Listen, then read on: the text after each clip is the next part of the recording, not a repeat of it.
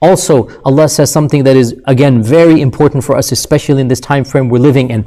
The Quraysh at the Treaty of Hudaybiyah, they became very prideful in their heritage. We are the Quraysh and you are this and we are the people of Mecca. And they started feeling this sense of tribalism against the Muslims.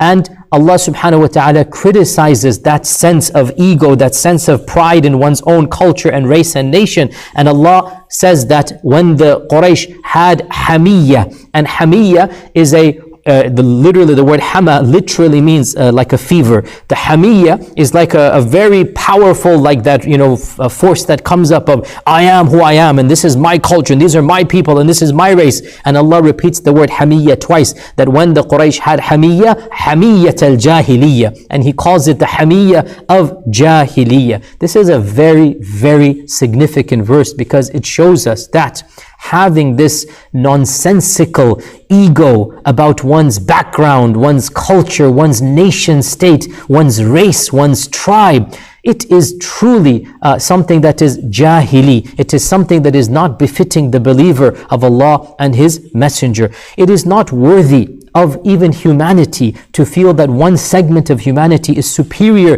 just because of where they were born, or the color of their passport, or the color of their skin, or because their grandfather or great-grandfather was so and so. Now, of course, at some level, Islam encourages having a sense of, pride, legitimate pride, and appreciation is a better word than pride, for one's culture and for one's language and for one's ethnicity, no problem. But it should never occur at the expense of other people. See, there's something called legitimate sense of, I am, Indian, Pakistani, I am Arab and whatnot. And, I like my culture, I like my people, I like my race, I love my cuisine personally, alhamdulillah, no problem. You have a sense of heritage and identity and you appreciate it and no problem. However, the minute you get Hameeyyah, and Hameeyyah is a level of, appreciation that becomes egotistical, that becomes arrogant towards other cultures, where you feel you are better than others. Allah Himself calls it Hameeyatal Jaheliya. That is not Islam.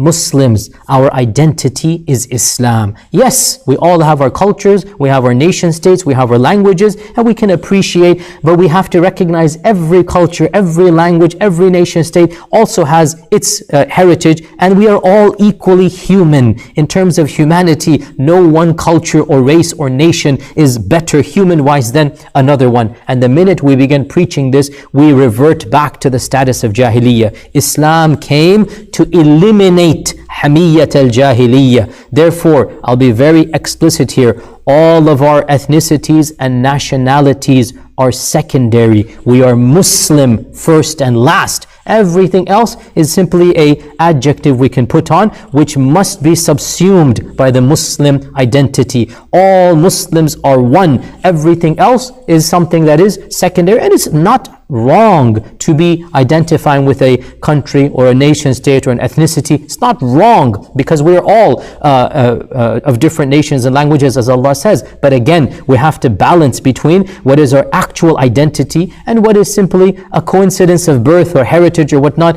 That doesn't really define us, but it does shape who we are as we live in this world. Anyway, enough of that issue. We all understand, inshallah, that this is the verse is very clearly talking about the un-Islamic notion of pride in one's heritage and race to the point of looking down at others.